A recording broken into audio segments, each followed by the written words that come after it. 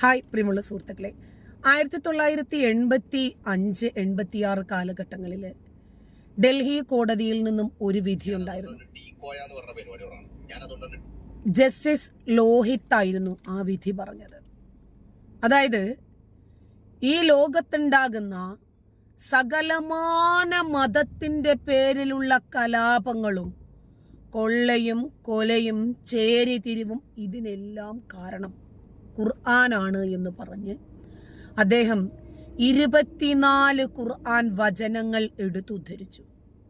എന്നിട്ട് ആ കേസിൽ കക്ഷി ചേരാൻ സകലമാന മുസ്ലിം പൗരോഹിത്യത്തെയും ക്ഷണിച്ചു.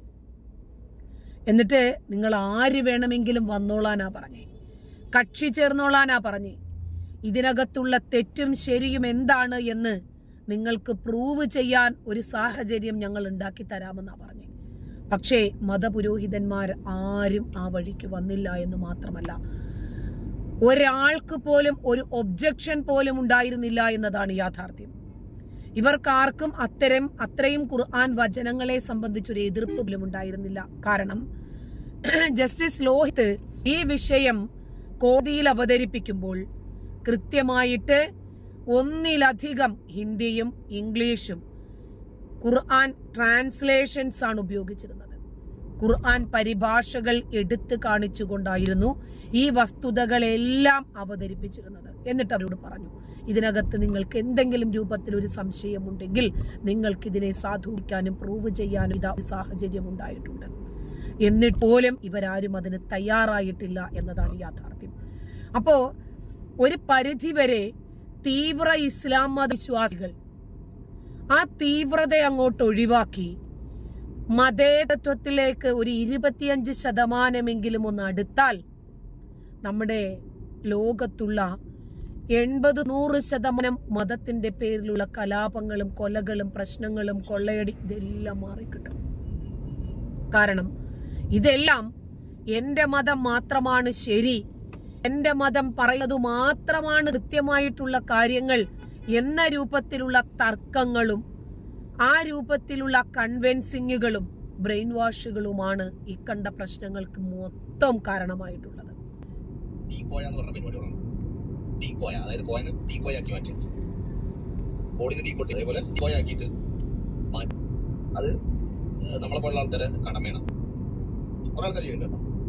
ഒരു വ്യക്തി കോയ അല്ലാതായി മാറിയാൽ തന്നെ ലോകത്തിന്റെ എന്റെ അഭിപ്രായത്തിൽ ഒരു 75% പ്രശ്നം സോൾവ് ആയി. 25 എന്ന് പറഞ്ഞാൽ സത്യം, മറ്റേ ഇനീക്വാലിറ്റി, പിന്നെ കുറച്ച് സ്ത്രീ സ്വാതന്ത്ര്യം, രാഷ്ട്രീയം, 75% എന്ന് പറഞ്ഞാൽ എല്ലാ സെറ്റാണ്. പരിപാടി വ്യാപകമായിട്ട് നമ്മുടെ സെബാസ്റ്റ്യൻ പിന്നക്കല് ചെയ്യുന്നുണ്ട്. പിന്നെ അവരിപ്പോ ഒരു ടീമായിട്ട് തന്നെ വർക്ക് ചെയ്യുന്നു. ഡീകോയ ചെയ്തിട്ട് ഇവർക്ക് ഇത് പഠിപ്പിക്കണം. എന്നിട്ട് അവര് തന്നെ അവരെ നാവോട്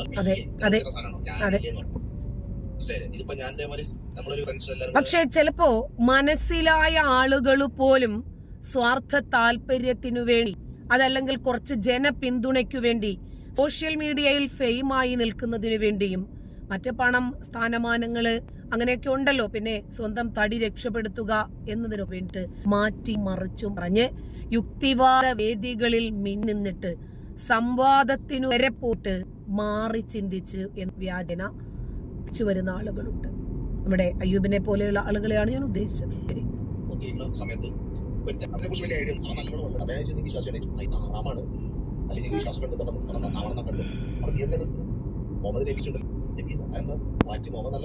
അതെ, നബി മദ്യപിച്ചിട്ടുണ്ടല്ലോ. ഇങ്ങനെ കാണിച്ചു കൊടുത്ത് ചെക്കൻ കുറച്ച് കഴിഞ്ഞപ്പോ ഒരു മണിക്കൂർ കഴിഞ്ഞപ്പോ പറയാ അടിച്ച കിക്ക് മൊത്തം പോയി, ഇവന്റെ തല മൊത്തം ധരിച്ചു. പിന്നെ ഈ പറയാ ഇങ്ങനൊക്കെ ഉള്ളതാണ്, എനിക്ക് വിശ്വസിക്കാൻ പറ്റില്ല. അപ്പൊ ഞാൻ വിശ്വസിച്ചിട്ട് പുറത്തു വന്ന ആളാണ്. അപ്പൊ അവന് പറയപ്പോ ഈ സാധനത്തിന് ഒഴിവായി. അതായത് മനുഷ്യനെ ചിന്തിക്കാൻ പറ്റുന്ന രൂപത്തിൽ നമ്മൾ അവരെ കൺവിൻസ് ചെയ്താൽ ഈ മതം പെട്ടെന്ന് ഇവർക്ക് മനസ്സിലാവും. ഇത്രയും കാലം നമ്മൾ ഫോളോ ചെയ്തുകൊണ്ടിരുന്ന ആശയം ഇതായിരുന്നോ, ഇതാണോ പവിത്രമാണ് എന്ന് പറഞ്ഞിട്ട് നമ്മൾ കെട്ടിപ്പിടിച്ച് കൊണ്ടു നടന്നത്, ഇതിനകത്ത് ഇത്രയ്ക്കൊക്കെ ഉള്ളോ എന്ന് ആളുകൾക്ക് തന്നെ ബോധ്യം. കാരണം മദ്യപാനിയായ പ്രവാചകൻ, പെണ്ണുപിടിയനായ പ്രവാചകൻ, ചോരക്കൊതിയനായ പ്രവാചകൻ, സംശയരോഗിയായ പ്രവാചകൻ, ഇങ്ങനെയുള്ള പ്രവാചകനെ കുറിച്ച് നിങ്ങൾ ആരും കേട്ടിട്ടില്ല. നിങ്ങൾ കേട്ടിട്ടുള്ളത് എന്താ? അനാഥ ബാലൻ, ഒരു നല്ല ഭർത്താവ്, ഒരു നല്ല പിതാവ്, ഒരു നല്ല അയൽക്കാരൻ, ഒരു നല്ല ഭരണാധികാരി, ഇതൊക്കെയാണ് നിങ്ങൾ കേട്ടിട്ടുള്ളത്. പക്ഷേ അത് പറയാൻ ഇവിടെ എമ്പാടും മതപൗരോഹിത്യമുണ്ട്. സക്കാഫിമാരും ദാരിമിമാരും സുല്ലമിമാരും സലാഹിമാരും സലഫിമാരും ഒക്കെ പ്രവാചകന്റെ മതിൽ പ്രശംസകൾ, പ്രവാചകന്റെ പ്രകീർത്തനങ്ങൾ പറയാൻ മത്സരിച്ചു കൊണ്ടിരിക്കുമ്പോൾ ആ പ്രവാചകനെ കുറിച്ച് അധികമായും പറയാത്ത ചരിത്രത്തിൽ ഉറങ്ങിക്കിടക്കുന്ന യാഥാർത്ഥ്യങ്ങളും സത്യങ്ങളും ഹദീസുകൾ നമ്മളോട് വിളിച്ചു പറഞ്ഞ് പരിചയപ്പെടുത്തി തരുന്ന പ്രവാചകൻ എന്താണ് എന്ന് ജനങ്ങളെ ബോധ്യമുള്ള ഉദ്യമമാണ് ഞങ്ങളൊക്കെ ചെയ്യുന്നത്. ഞാനിങ്ങനെ പോകും, പടത്തിൽ ചെയ്ത് പടം തന്നെ എൻജോയ് ചെയ്തൊന്നുമില്ല എന്നുള്ള രീതിയിൽ അത് നമ്മൾ ചെയ്യണത് ഡീകോയ പരിപാടി എല്ലാവരും ഒരുമിച്ച് ചെയ്യണം. എന്റെ കൂടെ ലിയാക്കത്തിന്റെ ഒരു വീഡിയോ ഉണ്ടായിരുന്നു കണ്ടിട്ടേക്കുന്നത്. ഈ മാൻ ഊരി കൊടുക്കപ്പെടുന്നത് ഈ ആക്ടിവേറ്റ് പറഞ്ഞ ഡീകോയ. അതെ അതെ ഡീകോയ. ഇതൊരു പുതിയ എക്സ്കോയ ഡീകോയ. എക്സ് മുസ്ലിം ഡീകോയ എന്ന് പറഞ്ഞിട്ട് ചെയ്യുന്ന പരിപാടിയല്ല, ഡീആക്ടിവേറ്റ് ചെയ്യണ പോലെ. എക്സ് മുസ്ലിം എന്ന് പറഞ്ഞ ഒരാൾ സ്വയം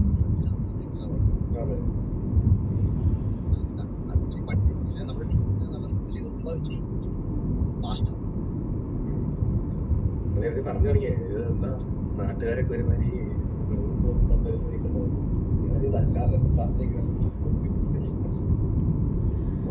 ഇപ്പൊ നമ്മളെയൊക്കെ ഫോൺ ചെയ്ത് സംസാരിക്കുന്ന ആൾക്കാര് നമ്മളോട് എന്തൊക്കെയാ പറയുന്നത്, എന്തുവാണ് പറയേണ്ടത് എന്ന് അവർക്ക് പോലും അറിയില്ല.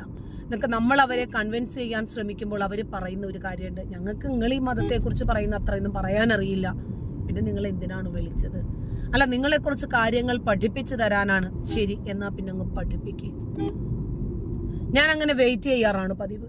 നിങ്ങൾ പഠിപ്പിക്കേ, ഞങ്ങൾ പഠിക്കാം.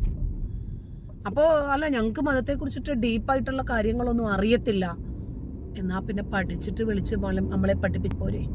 ആദ്യം നിങ്ങൾ അങ്ങ് പഠിച്ചിട്ട് പോരെ. ഇത് അയ്യോ എന്റെ മതത്തെക്കുറിച്ച്, ഒരു മുസ്ലിം സമുദായത്തെ കുറിച്ച് മൊത്തത്തിൽ പറയുന്നു. മുസ്ലിം സമുദായത്തെ മൊത്തത്തിൽ സംരക്ഷിക്കാൻ നീയൊക്കെ ആരാ?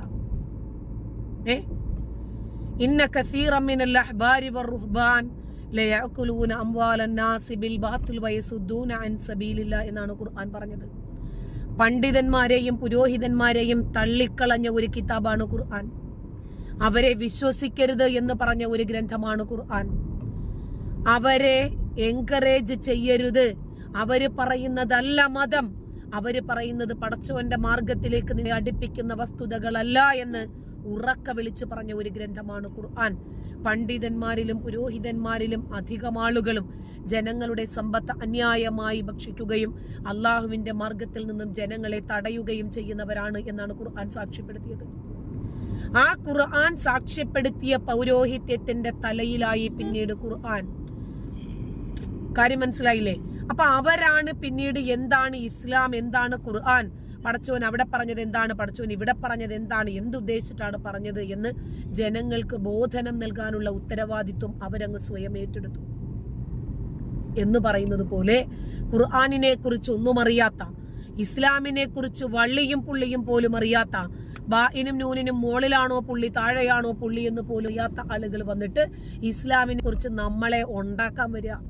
ഞങ്ങളെ പഠിപ്പിച്ചിട്ടേ പോകൂ എന്നുള്ള നിലയ്ക്കാണ് വരുന്നത്. ആദ്യം സൂറത്തുൽ ഫാത്തിഹ എന്ന 114 അധ്യായത്തിലെ 1-ാമത്തെ അധ്യായം ഖുർആനിലെ അതെങ്കിലും അക്ഷരത്തെറ്റില്ലാതെ സ്വന്തം ഭാഷയിലെങ്കിലും ഒന്ന് വായിച്ച് മനസ്സിലാക്കിയിട്ട് വേണം തർക്കിക്കാൻ. കാരണം നിങ്ങൾ ആദ്യം പഠിക്കണം. ഞാൻ ഈ വിഷയം പഠിച്ച് വിമർശിക്കുന്ന ആളാണ്.